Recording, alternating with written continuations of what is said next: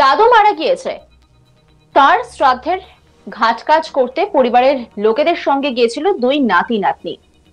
কিন্তু তাদের যাওয়াটাই জীবনের চূড়ান্ত ভুল হয়ে দাঁড়াবে তা কল্পনা তো ভাবেনি কেউ। পা হড়কে নদীতে পড়ে যেতেই জলের তোড়ে তলিয়ে যায় তারা। এরপরে মৃত্যুর খবর সামনে আসতেই শোকের ছায়া নেমে আসে পরিবারে। সবে জীবনটা শুরু হয়েছিল, আর তার মধ্যে কিনা জীবন প্রদীপ নিভে গেল। ভাগ্যের কি পরিণতি ভাবুন একবার। গোটা গ্রাম শোকে স্তব্ধ। ঘটনাটি ঘটেছে উত্তর দিনাজপুর জেলার ইসলামপুরের কোনিভিটা এলাকায়। জানা গেছে মৃতদের নাম তুলি দাস এবং শুভম দাস।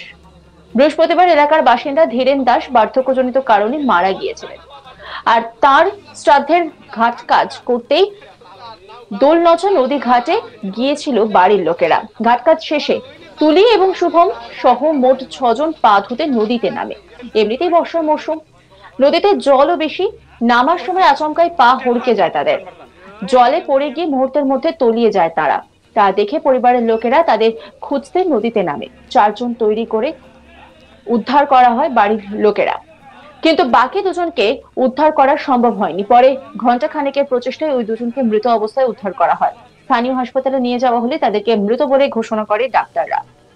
রাজু রায় পরিবারের আত্মীয়, তিনি কি বলছেন শোনাবো আপনাদের। আমরা পিডিতে কলা সাহায্য করতে গেছিলাম। কোথায়? নদীর ধারে সাহায্য করতে গেছিলাম। আমরা ছেলে পেলেকে চান করাই দিয়ে আবার উঠাই দিল। আমি তো চান করিনি, আমি খালি এইটুকু প্যান্ট ভিজিয়ে দিয়ে আছি। ওদেরকে আবার বকায় টকায় উঠায় টুটাই দিয়ে আমি চলে গেলাম আমার কাজে। ও পিন্ডি সাজাচ্ছে, ওখানে গেলাম। তো বললো একটা ছোট মাছ ধরিস। আমি জালটাতে উঠাতে গেছি, ছোট একটা মাছ। ইতিমধ্যে দেখতেছি ওরা ভাসতেছে আর চিল্লাচ্ছে। তো আমি তো অত সাঁতার যাই না, তাও কুদতে গেলাম যতটুকু আমি জানি যে ওই হিসাবে গেছি। গিয়ে দেখি 3 জন আমার নজরে পড়ছিল। খালি 3 জনকে বাঁচাতে গিয়ে উল্টে আমার 3 জনে আমাকে ঢুকাই দিচ্ছে ভিতরে। ওদেরকে কি বাঁচাবো, লাস্টে আমার জাল নিয়ে টানাটানি। আমি নিজে জল খাইয়ে ভরে ভরে কোনো মতন খালি যাবো কি কিনারে বাঁচবো কি বাঁচবো না ওটা আমি আশা করতেছি পানির মধ্যে। লাস্টে রশি ফেলাইছে, ওই রশির সাহায্যে উঠলাম, নয়তো আমিও শেষ ছিলাম। কয়জনকে বাঁচাইছেন আপনি? আমি বাঁচাতে পারিনি একজনকে, আমি নিজে মরতেছি। তাহলে কয়জন ডুবছিল জলে? জলে আমার নজরে 3 জন ছিল, আর যে শুভ মারা গেছে ও আমার নজরে পড়েনি। কয়জন মারা গেছে? 2 জন মারা গেছে। যতনলাল তিনি কি বলছেন শোনাবো আপনাদের। এখানে যেটা হয়েছিল আজকে, যে ধীরেন দাস মারা গেছিল, ওনার শ্রাদ্ধ ছিল আজকে। তো নদীতে যাওয়ার পরে 4 জন জলডুবি হয়। তারপরে 4 জনের মধ্যে 6 জন জলডুবি হয়, এর মধ্যে 4 জনকে পাওয়া গেল জীবিত, আর 2 জন মারা গেল। কিভাবে হলো ঘটনাটা? ওই যে আজকে শ্রাদ্ধ ছিল, ধীরেন যে মারা গেছিল ধীরেন দাস, ওনার শ্রাদ্ধ ছিল। শ্রাদ্ধ গেছিল ছেলে এবং কি বয়স্ক লোক গেছিল।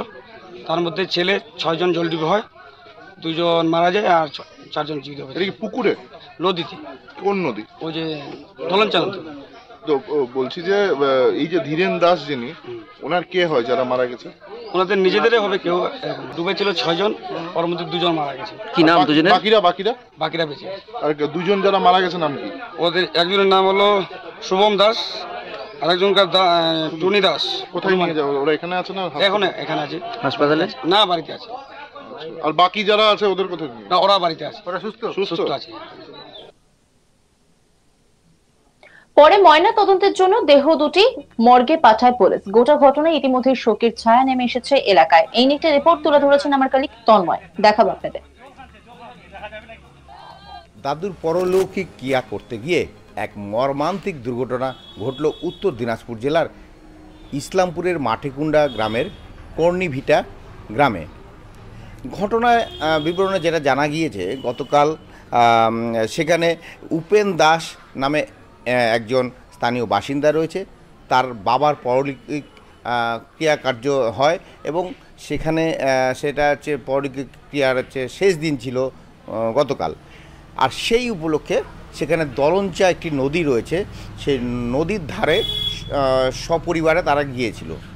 আর যাওয়ার পরে যখন ক্রিয়াকার্য চলছিল তখন 6 জন বাচ্চা তারা কিন্তু নদীতে নামে স্নান করতে থাকে এবং স্নান করার সময় দেখা যায় সকলকে মানে হচ্ছে তলিয়ে যেতে। আর এরপর সেখানকারই মানে কিছু মানুষ দেখতে পায় যে তারা তলিয়ে যাচ্ছে এবং সঙ্গে সঙ্গে 4 জনকে তারা ঘটনাস্থল থেকে উদ্ধার করে এবং আর 2 জনকে কিন্তু তাদেরকে মানে ঘটনাস্থলে তখন খুঁজে পাওয়া যায়নি। পরবর্তীতে প্রায় ঘণ্টাখানিকের চেষ্টায় পরবর্তীতে তাদেরকে উদ্ধার করা হয় এবং তাদের মধ্যে একজনের নাম হলো শুভ দাস এবং আরেকজনের নাম হচ্ছে তুলি দাস। তাদেরকে সঙ্গে সঙ্গে ইসলামপুর হাসপাতালে নিয়ে আসা হলে সেখানেই তাদের মৃত্যু ঘোষণা করে ডাক্তার। তো অর্থাৎ বলা চলে যে এই যে দাদুর পরলৌকিক ক্রিয়া করতে গিয়ে নাতি নাতনির যেভাবে একটা হচ্ছে মর্মান্তিক মৃত্যু ঘটলো, তাতে কিন্তু গোটা এলাকা কিন্তু একটা শোকের ছায়া নেমে আসে। কারণ দাদুর যে ক্রিয়াকার্য, সেই ক্রিয়াকার্য করতেই কিন্তু সকলকে যেতে হয়েছিল দলঞ্চা নদীতে। আর সেই দলঞ্চা নদীর ঘাটে যখন সে কার্য করছিল পরিবারের অন্যান্য সকল সদস্যরা, তখন সেই বাচ্চার ছেলেরা তারা কিন্তু নদীতে স্নান করতে নামে। আর সেই স্নান করতে নামার সময় একসঙ্গে 6 জন নামে স্নান করতে। তাদের মধ্যে 4 জন মানে 6 জনই তারা ভেসে যাচ্ছিল বা তলিয়ে যাচ্ছিল এবং তার মধ্যে থেকে 4 জনকে কোনো রকমে উদ্ধার করে নিয়ে আসা হয় এবং 2 জনকে পরবর্তীতে উদ্ধার করে নিয়ে আসলে তারা 2 জন কিন্তু মারা যায়। অর্থাৎ বলা চলে যে এই যে একটা দুর্ঘটনা, মর্মান্তিক দুর্ঘটনা, আর এই মর্মান্তিক দুর্ঘটনাকে কেন্দ্র করে শোকের ছায়া নেমে এসেছে ইসলামপুরের মাটিগুন্ডা এলাকায়। দাদু মারা গিয়েছে, তার শ্রাদ্ধের ঘাট কাজ করতে পরিবারের লোকেদের সঙ্গে গিয়েছিল 2 নাতি নাতনি, কিন্তু তাদের যাওয়াটাই জীবনের চূড়ান্ত ভুল হয়ে দাঁড়াবে তা কল্পনাতেও ভাবেনি কেউই। পা হড়কে নদীতে পড়ে যেতেই জলের তোড়ে তলিয়ে যায় তারা। এরপরে মৃত্যুর খবর সামনে আসতেই শোকের ছায়া নেমে আসে পরিবারে। সবে জীবনটা শুরু হয়েছিল আর তার মধ্যে কিনা জীবন প্রদীপ নিভে গেল। ভাগ্যের কি পরিণতি! গোটা গ্রাম শোকে স্তব্ধ। গোটা ঘটনাটি ঘটেছে উত্তর দিনাজপুর জেলার ইসলামপুরের কর্ণিভিটা এলাকায়। জানা গেছে মৃতদের নাম তুলি দাস এবং শুভম দাস। বৃহস্পতিবার এলাকার বাসিন্দা ধীরেন দাস বার্ধক্যজনিত কারণে মারা গিয়েছিলেন। আর তার শ্রাদ্ধের ঘাট কাজ করতেই দোলনচাপা নদী ঘাটে গিয়ে ছিল বাড়ির লোকেরা।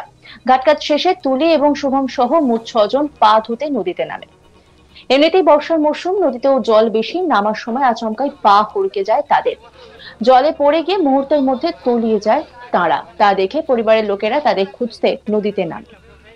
4 জনকে উদ্ধার করা গেলেও বাকি 2 জনকে উদ্ধার করা সম্ভব হয়নি। পরে ঘন্টা খানেকের প্রচেষ্টায় 2 জনকে মৃত অবস্থায় উদ্ধার করা হয়। স্থানীয় হাসপাতালে নিয়ে গেলে তাদেরকে মৃত বলে ঘোষণা করা হয়। পরে ময়নাতদন্তের জন্য দেহ দুটি মর্গে পাঠায় পুলিশ। গোটা ঘটনায় ইতিমধ্যেই শোকের ছায়া নেমে এসেছে এলাকায়।